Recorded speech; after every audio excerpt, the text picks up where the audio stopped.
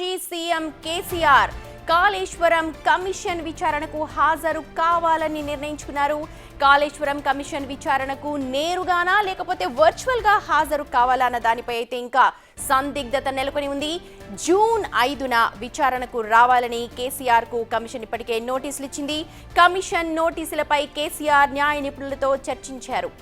ప్రస్తుతం కమిషన్ విచారణకు హాజరు కావాలన్న నిర్ణయం కేసీఆర్ తీసుకున్నట్టుగా తెలుస్తోంది. అయితే వర్చువల్ గా అంటే ఆయన స్వయంగా వెళతారా లేకపోతే వీడియో కాన్ఫరెన్స్ ద్వారా ఏమన్నా జాయిన్ అవుతారన్న దానిపైన అయితే క్లారిటీ లేదు. కానీ కమిషన్ ముందు హాజరవడానికైతే డెసిషన్ తీసుకున్నట్టుగానే మనకు సమాచారం ఉంది.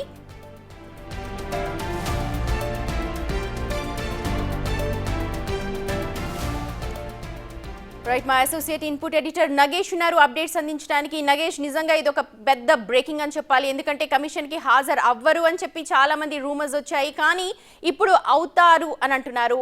వర్చువల్ గా కావచ్చు, ఎలా అయినా సరే ఇది ఒక బిగ్ మూవ్ అనుకోవచ్చా? ఖచ్చితంగా. ఎందుకంటే మాజీ ముఖ్యమంత్రి కేసీఆర్ కాళేశ్వరం కమిషన్ విచారణకు హాజరు కావాలని చెప్పి నిర్ణయించుకున్నట్టుగా బయటకైతే వాళ్ళు ఒక న్యూస్ ని స్ప్రెడ్ చేస్తారు. ఎందుకంటే కాళేశ్వరం కమిషన్ విచారణ మళ్ళీ ఇంతకుముందు 2 నెలలు పొడిగించారు. కానీ ఇప్పటికే విచారణలో గతంలో ఉన్న మాజీ ఐఏఎస్ అధికారి రజత్ భార్గవ్ కావచ్చు, మాజీ ఈఎన్సీలు అప్పుడు కోదండరాం కావచ్చు, వి ప్రకాష్ కావచ్చు, చాలా మంది నీటి రంగ నిపుణులందరూ కూడా కాళేశ్వరం కమిషన్ ముందు హాజరై వాళ్ళ వాదనను వినిపించారు. ముఖ్యంగా కాళేశ్వరం సంబంధించి మేడిగడ్డ ప్రాజెక్టు ఆ నిర్మాణ పనితీరు, పగుళ్లు కావచ్చు, అప్పటి డిపిఆర్ ని ఇవ్వడం కావచ్చు, ఏదైతే ఆ కాళేశ్వరం ప్రాజెక్టు నిర్మాణానికి సంబంధించిన స్కెచ్, ఇవన్నీ కూడా ఖచ్చితంగా అప్పటి ముఖ్యమంత్రి హోదాలో కేసీఆర్ సమాధానం చెప్పాల్సిన అవసరం కనిపిస్తుంది. ఎందుకంటే చాలా మంది ఈఎన్సీలు, రజత్ భార్గవ్ కావచ్చు, చాలా మంది అంటే కోదండరాం లాంటి వ్యక్తులు కావచ్చు, వీళ్ళందరూ కూడా కేసీఆర్ స్వయంగా డిజైన్ చేశాడు, కేసీఆర్ ప్రతి ఇష్టుని దగ్గరుండి చూసేవాడు, కేసీఆర్ స్వయంగా కాళేశ్వరం నిర్మాణానికి సంబంధించి ప్రాజెక్టు సంబంధించి మొత్తం డిపిఆర్ తయారు చేయడం, కేటాయింపులు జరపడం అవన్నీ సొంత నిర్ణయం అని చెప్పి వాళ్ళందరూ కూడా కాళేశ్వరం కమిషన్ ముందు వాళ్ళ స్టేట్మెంట్ ఇచ్చారు. ఆ స్టేట్మెంట్ల ఆధారంగానే ఈ విచారణ మొత్తం కేసీఆర్ చుట్టూ జరుగుతుంది. కేసీఆర్ క్లారిటీ ఇవ్వాల్సిన అవసరం కనిపిస్తుంది.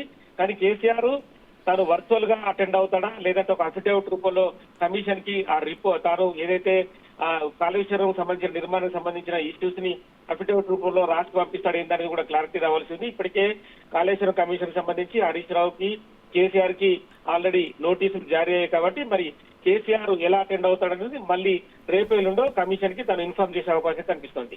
నగేష్, అంటే పార్టీలో ఇప్పుడు అంతర్గతంగా ఇప్పుడు ఎవరైతే 3 పేర్లు చెప్పారో వాళ్ళందరూ కూడా కమిషన్ ముందు హాజరు కావాలి అని అన్నారు. కొంచెం ఘాటుగా కూడా కమిషన్ స్పందించింది కదా ఈ విషయానికి సంబంధించి? ఖచ్చితంగా స్పందించింది. ఎందుకంటే కాళేశ్వరం విచారణకు సంబంధించి గతంలో స్టే అంటే హైకోర్టు, సుప్రీంకోర్టు వెళ్ళి కూడా తాను విచారణకు సంబంధించి స్టే తెచ్చుకున్నాడు. సో అప్పుడు కమిషన్ అప్పుడు సైలెన్స్ అయింది. తదుపరి ప్రభుత్వానికి విజ్ఞప్తి చేసి కాళేశ్వరం కమిషన్ సంబంధించిన రిపోర్ట్ ఇప్పటికే ప్రభుత్వానికి అందజేయాలి. కానీ కేసీఆర్ హాజరు కాకపోవడం వల్ల డిలే అవుతుంది. ఈ క్రమంలోనే మళ్ళీ నోటీసులు జారీ చేశారు. ఎందుకంటే అప్పటి నీటిపారుదల శాఖ మంత్రిగా ఉన్న హరీష్ కావచ్చు, అప్పటి ఆర్థిక శాఖ మంత్రి ఈటల రాజేందర్ కావచ్చు, అప్పటి ముఖ్యమంత్రి కేసీఆర్ కావచ్చు, వీళ్ళ చుట్టే విచారణ సాగుతుంది. ఎందుకంటే ఆర్థిక శాఖ మంత్రి ఈటల రాజేందర్ కేటాయింపులు జరపడంలో చాలా ముఖ్య పాత్ర పోషించాడు. హరీష్ రావు అయితే గ్రౌండ్ లో ఉండి కాళేశ్వరం నిర్మాణానికి తనే ముందుకెళ్లాడు. కానీ డిజైన్ గానీ, డిపిఆర్ గానీ, మిగతా వ్యవహారాలన్నీ కూడా ఖచ్చితంగా అప్పటి ముఖ్యమంత్రి హోదాలో కేసీఆర్ ఈ విచారణకు హాజరు కావాల్సింది. Right Nagesh, thank you so much. మొత్తానికి జూన్ నెల బీఆర్ఎస్ కు చాలా కీలకం కాబోతోంది. జూన్ 5వ తేదీన కమిషన్ ముందు హాజరు కావాలని ఇప్పుడే కేసీఆర్ నిర్ణయం తీసుకున్నారు.